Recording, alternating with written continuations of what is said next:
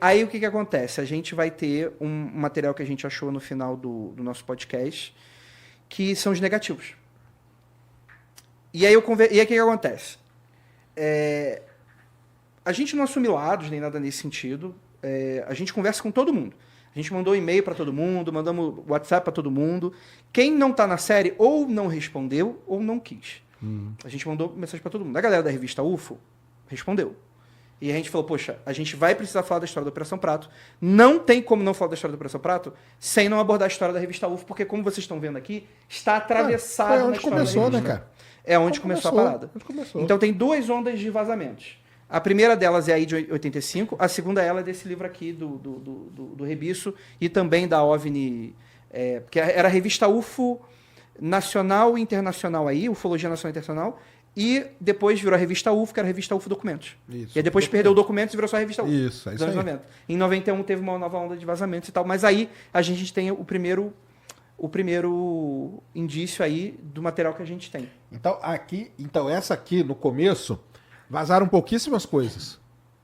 Não chegou a vazar relatório, nada? Não tinha relatório. O relatório é só 91. Tá, aqui era só imagem. Era só imagem. Pá, beleza. Ó, e falava, a aeronáutica tava lá, teve encontros, conversou com pessoas, e nananã. E uns negócios assim meio Sim. nebuloso ainda. E aí eu conversei, aí eu mandei, aí o que acontece? Chegou um material pra gente de uma fonte fidedigna, né, que a gente não pode falar, mas a gente sabe que a pessoa teve contato com esse material do acervo do Flávio Costa, que foi o cara que escreveu o relatório, era o Ernesto, né? Enfim, não posso mais dar detalhes de como ela chegou nesse material, para também não falar sobre a fonte. Inclusive, peço encarecidamente para pesquisadores ufólogos que estejam me vendo, tem pessoas que estão tentando chutar quem vazou o material. Eu peço para isso não seja feito. Porque vocês vão chutar nomes, você não sabe se é ou se não é. Pode Mas prejudicar as independente disso, pessoas. pode prejudicar as pessoas e as pessoas vão ser assediadas, sendo ou não sendo. Então, tipo assim, eu vou pedir para, por favor, não fiquem tentando chutar como é que esse material chegou na nossa mão. É uma fonte anônima e eu peço para isso ser respeitado. E aí a gente chega nesse material aí, eu vou pedir para manter ainda na tela. E aí que tá, eu conversei com o Thiago Tiquete, que hoje está cuidando da Grande revista, Tiquete. que hoje está, inclusive, mandou um abraço pro Sacane, acompanha teu conteúdo. Grande Tiquete, tamo junto. Ele falou, cara, eu perguntei para ele, mano, vocês têm negativos? Porque a gente recebeu negativo. A gente tem negativo. E a minha preocupação foi, mano, isso aqui é inédito? Isso aqui não é? Ele poderia ter só me ignorado. Ele foi super gentil e falar, Andrei, tá aqui o acervo que a gente tem, não temos negativo. O máximo que a gente tem são fotos de negativos. Entendi. De pessoas que colocaram negativo em algum lugar e tiraram uma foto para falar do que é. Certo. E aí vocês estão vendo pela primeira vez... Olha aí, olha a fita, ó. Quem disse que ela não existia? Olha aí, ó. Deixa eu dar um zoom nela aí, quer ver?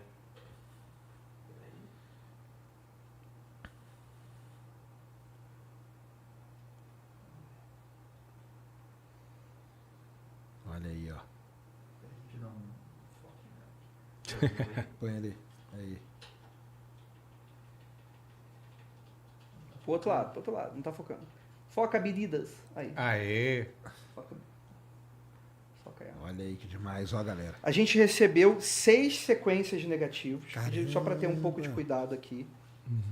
E eu revelei esses negativos para mostrar para vocês. Se vocês quiserem dar uma olhada. Só vou pedir para não tirarem do plástico. Para a gente preservar o máximo possível esse material. Que demais, hein? Que assim, o fruto do nosso trabalho e um pouco de sorte, a gente conseguiu acesso a esse material inédito. Que agora a pergunta que não quer calar é o seguinte: como que você conseguiu revelar esse negativo hoje? Consegui através. Porque hoje, pô. Não, e eu falo assim, hoje é difícil ter um laboratório, né? Analógico. Eu explico como a gente chegou nas filmagens. Cara, o episódio número 13, ele é ele é uma história de jornalismo ainda. investigativo. Pô, eu tô ouvindo o 13 ainda, cara. Lá no final é muito da hora. Você tem que construir de uma maneira que tenha adrenalina. É muito legal.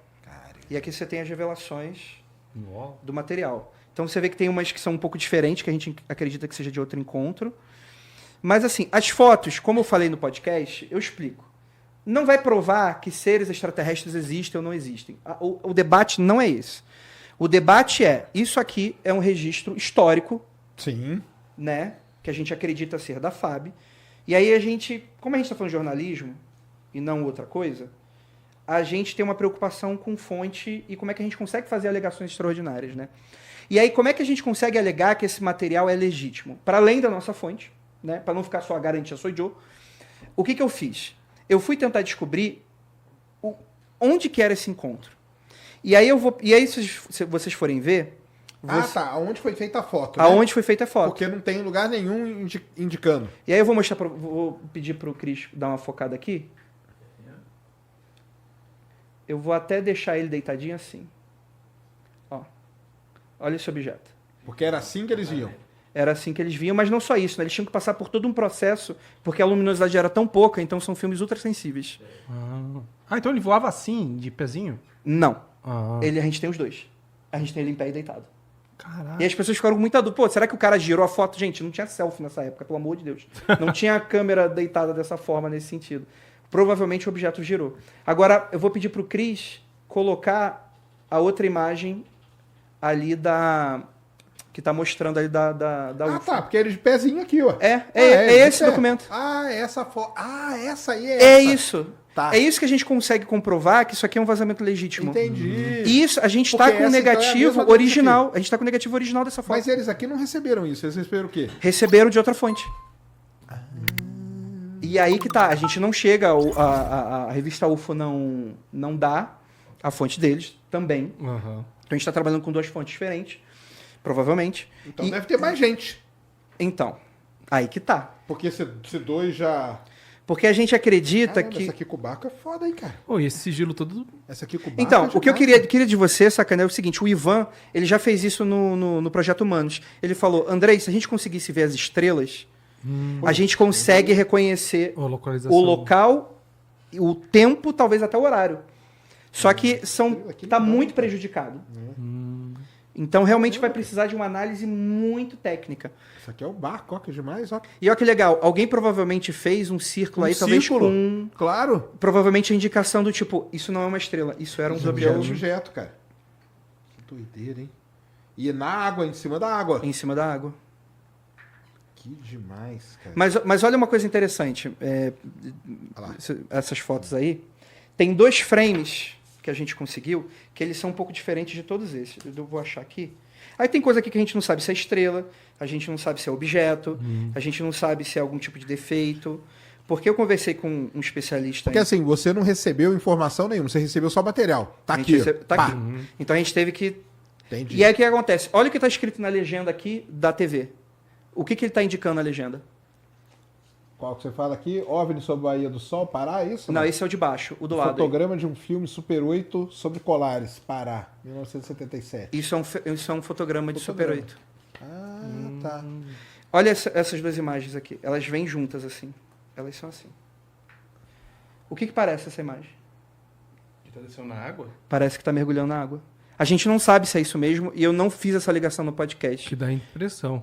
Mas Sim, a água tá ali, ué. Parece que... Se isso for real, aí, Cris, dá uma moral aqui pra gente. Bora lá. Ele tá bem pequenininho. Ele parece que ele tá... Peraí, deixa eu ver. É porque a segunda dá pra ver que tem uns risquinhos, como se fosse ele já entrando na água. Eu acho que não vai dar, mas no vídeo vai dar depois. Depois eu vou colocar aí. Você não viu o vídeo, né? Eu não vi ainda. Não, eu vi um pedaço correndo aqui pra gente fazer a capa. Mas eu não vi com detalhe, não. Então eu vou pedir pra ser colocado o vídeo, tá nos achados aí.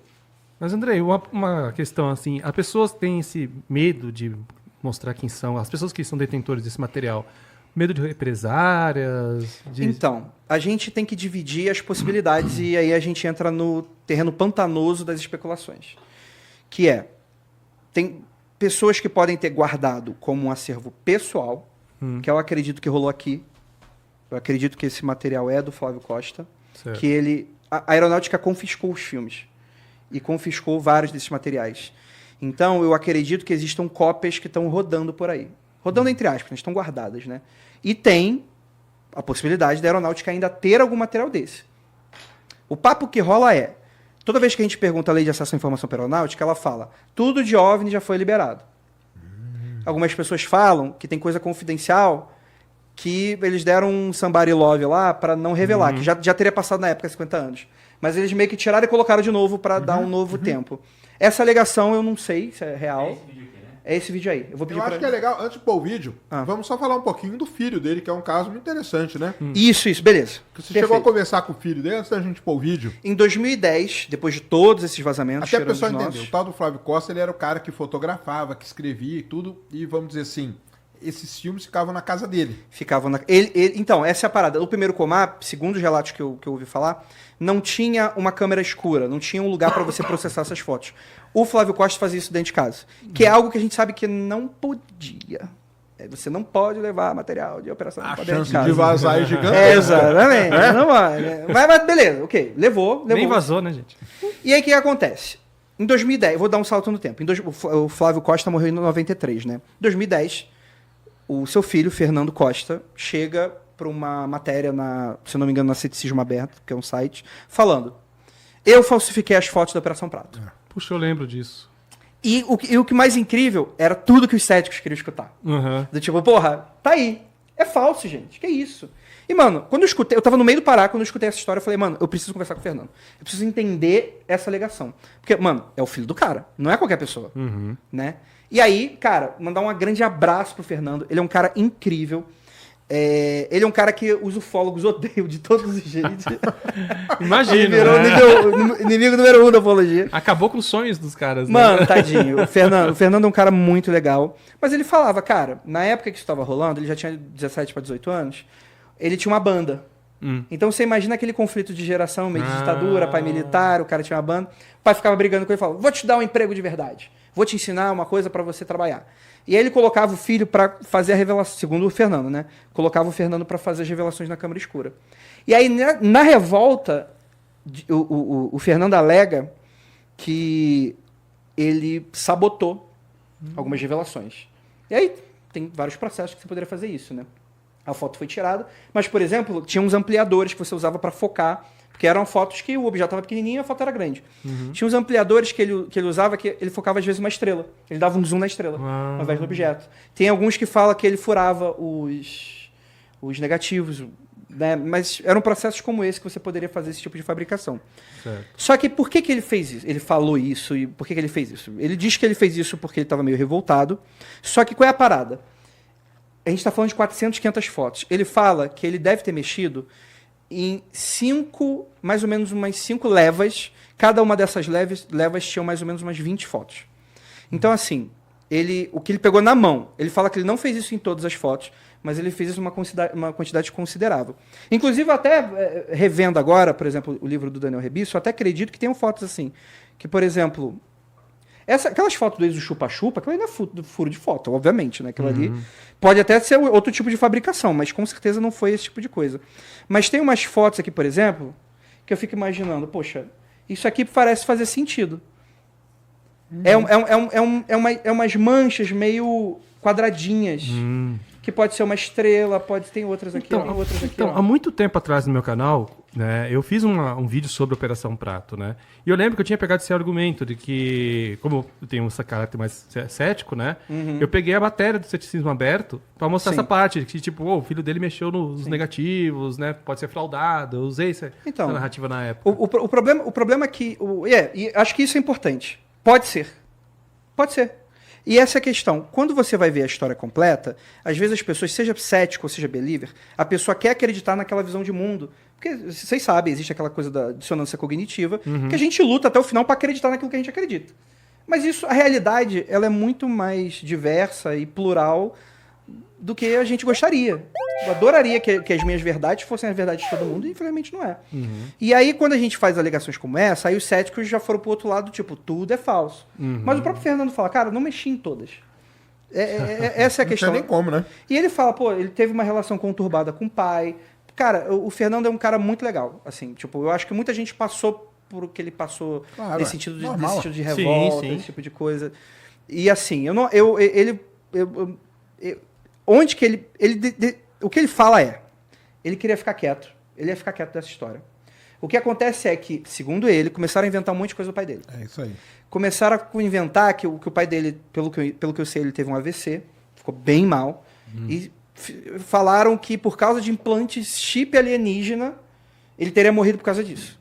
O filho vendo essa porra, ele Se botar ficou ponto final. puto. Ele ficou puto. Então ele falou, mano, vou manchar essa porra toda. Ele falou, eu fiz isso. E provavelmente ele fez mesmo. Não foi em tudo. Nesse sentido, né? Porque tem várias fotos aí que não são explicáveis com manipulação como essa, né? Você teria que ter manipulação na hora de tirar a foto. Que aí a gente recai também para as outras teorias da conspiração, do tipo Operação Prato ser algo de psyops, a própria operação sendo algo que fabricou algo, né? Tem outras teorias que vai nesse sentido. Mas aí acho que a gente pode ver o vídeo. Vamos lá. Nossa, 8 mil pessoas com a gente, hein? Boa. Agora, hein? 8 mil. Fica agora. Vamos mostrar aqui o vídeo bonitinho pra A vocês. fita. Então fiquem aí. A fita aí, gente. A fita, ó. E senta-lhe o Essa dedo no fita like mostra aí, tudo. galera. Senta o dedo no Vai like. estar o nosso áudio também enquanto a gente. Isso, Não, pode pôr. Posso ir comentando. Tem problema, será? Não, não sei. Vamos descobrir. Fé no pai que o inimigo caia. Vambora. Em 1977, vários ribeirinhos que moravam no interior do estado do Pará afirmavam que estavam sendo atacados por aparelhos estranhos durante a noite. Esses objetos eram iluminados e possuíam uma natureza desconhecida. Era dito que tinham a capacidade de atingir as pessoas com um foco de luz que geravam marcas. Os atingidos acreditavam que esses objetos sugavam o sangue pelo principal sintoma depois desses encontros ser descrito como fraqueza. A aeronáutica atendeu o chamado de populações que estavam em pânico. Uma operação secreta foi executada no interior amazônico a fim de descobrir o que eram esses aparelhos. 20 anos depois, um oficial que afirma ter liderado a Operação Prato decide revelar tudo o que presenciaram. A questão ufológica, o senhor já tinha conhecimento dos casos acontecendo pela Amazônia? Sim, Elas a gente representavam- ouvia falar sobre Ouvia. de norte, no sentido norte-sul, na nossa direção, média Eles altura, fizeram um vídeo de tá? E realmente quando chegou, sei lá, se deteve e fez um círculo em torno, depois foi embora. Mas quando nós estamos conversando isso, um deles disse, olha aqui, em cima.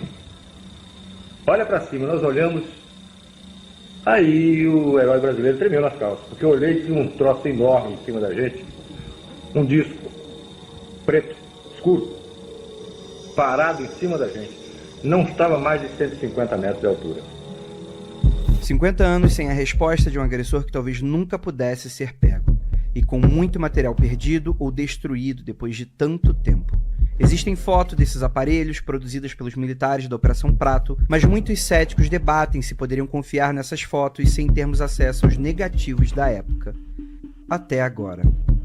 Em 2024, produzimos uma série em podcast de storytelling para a Globo sobre o caso que ficou conhecido como Operação Prato. Após muitos desafios, sendo o maior deles a distância que separava os eventos citados, conseguimos achar algo inédito desse caso. Nosso trabalho chegou ao que foram produzidos pela Operação Prato de fotografias que foram identificadas no acervo de uma fonte anônima. Essa fonte é idônea e teve acesso a esse material original. Depois de quase 50 anos, eles estão prejudicados pelo tempo, mas mesmo com muitos ruídos em sua revelação, tivemos a oportunidade de restaurar digitalmente as imagens e fazer algo a mais. Evidências apontam que esse registro é um fotograma de um filme em Super 8 e com ele em mãos tivemos a oportunidade de reproduzir artisticamente esse filme, que retrata o que era frequentemente testemunhado pelos agentes da aeronáutica. Essa é a reprodução de um desses encontros.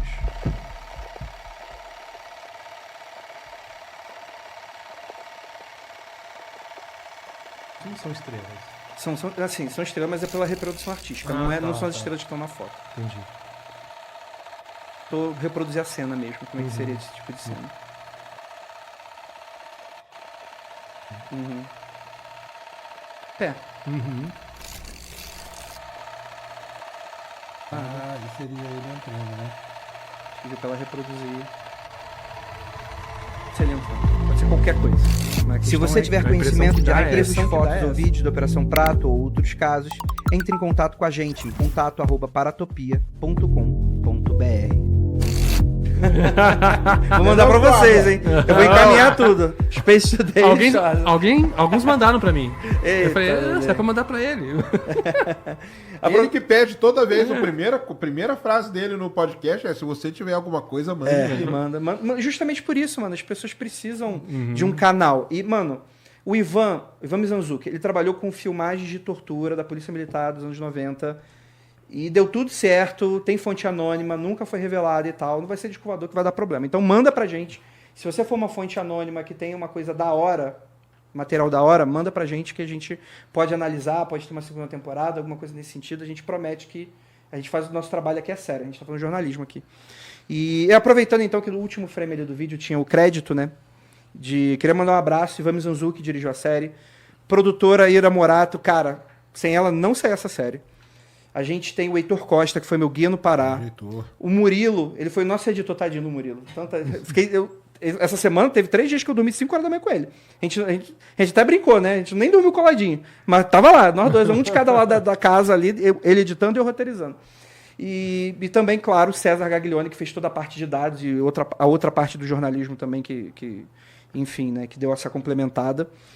E, cara, isso foi um trabalho que, tipo assim, a gente consegue dizer hoje, alegadamente, que são negativos legítimos da Operação Prato, que ninguém mais tem. Né? Isso é impressionante. Assim, é inédito, mas como a gente já viu, tem uma foto da revista UFO, mas eles têm uma foto. A gente tem 30 frames desse mesmo encontro. Uma sequência, né? A gente tem uma sequência que seriam. E como é que a gente fez a construção para a gente saber que isso é legítimo? A gente foi lá naquela entrevista do Holanda que vocês viram aqui agora, e a gente foi batendo. E lá ele fala a história do carimbo, ele legitima o vazamento claro. da revista UFO. Então a gente sabe que aquele é legítimo. Então, por mais que a aeronáutica nunca vai falar que o negócio é dele, Flávio já faleceu, infelizmente, a gente tem o Holanda confirmando como um ex-membro, já era membro ainda, só tinha dado baixa, né?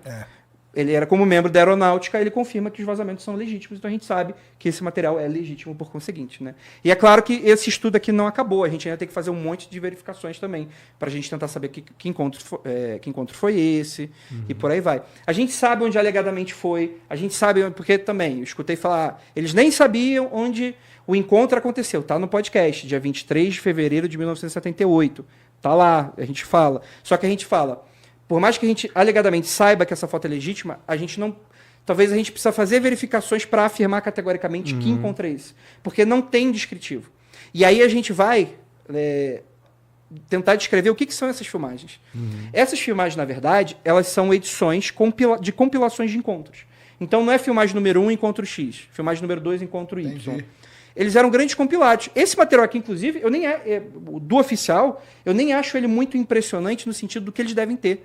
Porque tem outros frames que são muito impressionantes, que, por exemplo, tem a famosa cena, talvez, da bola de futebol americano que o Holanda vê, que ele descreve, né? Que, inclusive, é algo que até o ufólogo erra isso. Não tem filmagem de ser, tá, gente? De ser, porque a pessoa fala que o Holanda teria filmado seres. Então é isso que eu me confundo. De seres só tem relatos. O que acontece? Esse é o caso da Olaria Koifer.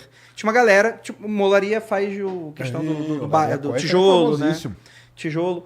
E aí o que acontece? Tem um relato de um funcionário que foi caçar, ele vê a porra de uma luz descendo e desce um ser de dentro da luz. E ele é perseguido, e sai correndo pela água, encontra a galera que foi com ele num grupo, ele pede ajuda pro grupo, o grupo vê a porcaria do alien seguindo o cara, todo mundo sai correndo. O relato é esse. Meu Deus. E aí o Holanda descobre esse relato e fala, não, eu quero ir lá fazer uma vigília naquela região. E vai lá com um agente do CISA, que a gente não sabe quem é, um tal do japonês que o Holanda cita, que tá ali fazendo a filmagem Super 8 e tem esse encontro com essa nave, alegadamente nave, da bola de futebol americano, que ela tá em pezinho, assim, andando assim. Tipo, é uma coisa a 300 metros, assim. Deve ter o negativo disso aí, então. Então. Caramba. E aí, a fita aí, gente, a fita aí. Aí, cara, mudou, porque aí eu sou muito mais essa fita aí do que a fita de Varginha. Então, caramba aí, ó, se alguém aí tiver, ó, entre em contato lá com o Andrei, cara, ele já tá aí, ó, com todo o material, ó. Like aí, pessoal, 8 mil pessoas aqui com a gente, ó. Boa. Uma dessa aí vai ver que conhece tudo, então... Então, a questão toda é, esse material, o que acontece? Tem uma questão nele. Ele é um fotograma. A gente sabe que ele é de uma filmagem. Só que isso aqui, o que a gente tem, não é negativo de Super 8. Isso é algo que as pessoas estão se confundindo. Elas estão falando, filme Super 8 encontrado. Parte do filme Super... Isso não é uma filmagem de Super 8. Isso é alguém tirando foto do momento da projeção do filme Super 8. E a gente tem algumas suposições, porque isso aqui é 35mm, isso aqui não é 8mm. Isso aqui é 35mm. Então tava passando esse vídeo e alguém com uma câmera batendo... fotográfica em preto e branco tirou fotos. A gente tem algumas suposições do porquê isso foi feito. Talvez, sabendo que seria confiscado, porque alegadamente foi confiscado pela aeronáutica. Talvez, sabendo que iria ser confiscado... Era o jeito de guardar. Era o jeito de guardar. Entendi. Ou seja, era uma cópia do material, ou então... ele tava fazendo uma espécie de thumbnail, ao invés de ser pro YouTube, pro relatório. Porque no relatório tem também fotogramas. Então você precisa tirar foto, você não vai colocar ponto .mp4 no papel, né? Você vai tirar foto daquilo que está sendo feito, né? Então talvez ele também Tenha sido estar para isso, para colocar no relatório. Então, em tese, a aeronáutica, quem estava envolvido, não faz ideia do que eram esses objetos de luz. Esse corpo de luz que eles chamam de corpo de luz. Não, calma quem participou da Operação Prato sabe. Que é ET. Não, todo mundo ali é rolê espiritualista. Eles acreditam no rolê extraterrestre. Tá, Todos eles mas estão aí vamos lá. contaminados. Só pra gente colocar. Curtiu esse corte? Então deixa o like, se inscreve no canal e ativa o sininho para não perder os próximos. Valeu e até o próximo recorte.